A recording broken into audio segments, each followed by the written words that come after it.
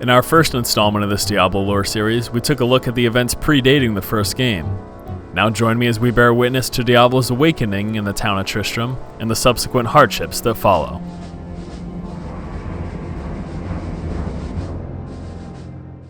More than 150 years have passed since the Horadrim abandoned the Tristram Cathedral, when the Eastern Lord Leoric arrives and proclaims himself the King of Khandoras.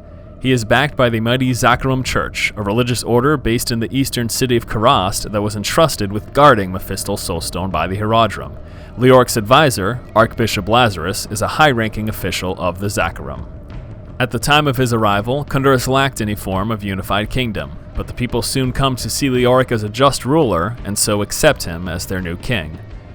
At this time, Diablo awakens in his prison. Contrary to what the Horadrim believed, the Soulstones were not perfect prisons capable of containing the three. Utilizing the flaws inherent in his stone prison, Diablo reaches out into the town above and lures Lazarus deep into the catacombs beneath the cathedral.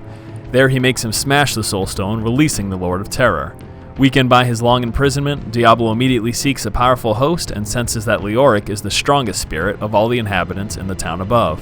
Thus, he slowly starts to weave his way into the king's mind.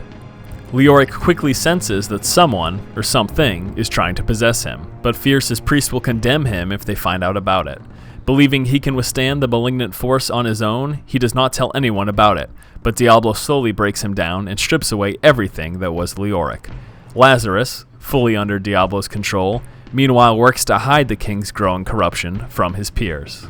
The king's behavior grows more erratic and maddened over time, however, and his nearest advisors begin to sense that something is amiss. Leoric has become oblivious to his own strange behavior, but Lazarus realizes that the king is heading straight towards his own undoing.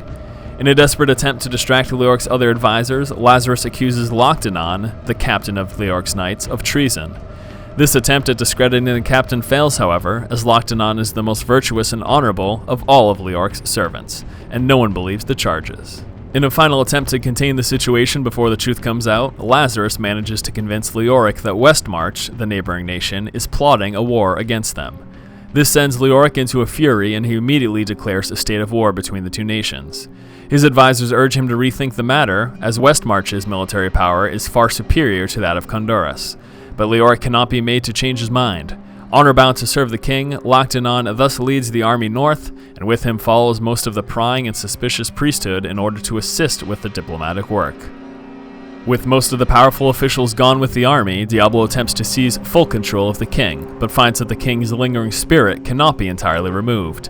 The king, though but a shadow of his former self, continues to fight Diablo's control. The Lord of Terror abandons Leoric's body at this point, realizing that the king can never become the vessel he truly needs. Instead, he instructs Lazarus to abduct Leoric's youngest son, Prince Albrecht. Lazarus obeys and pulls the boy into the labyrinth. Meanwhile, Lochdanon returns with a small remnant of the army that survived the encounter with Westmarch to find Tristram in ruins. The king has now lost all grip on his sanity. He first accuses the townfolks of conspiring against him by taking his son and has several of them executed, including his own wife. When Lochdanon tries to confront the king, he is also accused of treason. At this point, Lochdanon realizes that his king has truly gone mad. He kills Leoric, but as he does so, the dying king curses Lochdanon and his knights.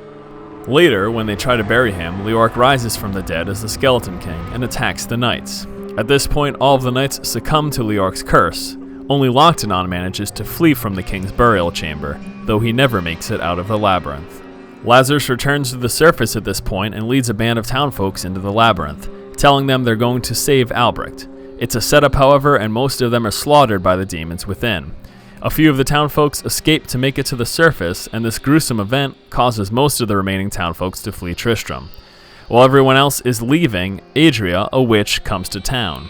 None of them seem capable of defending whatever lurks in the depths of the labyrinth, save for one. The eldest son of Leoric, a warrior of great prowess, has returned to Tristram in these grave times. The warrior pushes deeper and deeper into the labyrinth, and as he does, Diablo begins to take notice of him. The warrior defeats the Butcher, the demon who led the attack against the townsfolk. He also defeats his father, the raised Skeleton King, Leoric. As he goes further and further down, the Lord of Terror slowly creeps into the warrior's mind. He starts to whisper to him and plants ideas on how to stop the evil, ideas that the warrior truly believes to be his own. Near the bottom, the hero finds Lazarus and kills him. Shortly thereafter, the warrior reaches the bottom of the labyrinth and slays Diablo. By this time, however, the hero has become convinced that he must plunge the Soul Stone into himself in order to contain the demon. As he does so, however, Diablo finally receives a host powerful enough to take him out of the cathedral. The hero emerges, but unbeknownst to the townsfolk, he carries Diablo within him. He stays in Tristram for a few weeks, during which he has terrible nightmares and visions of the East.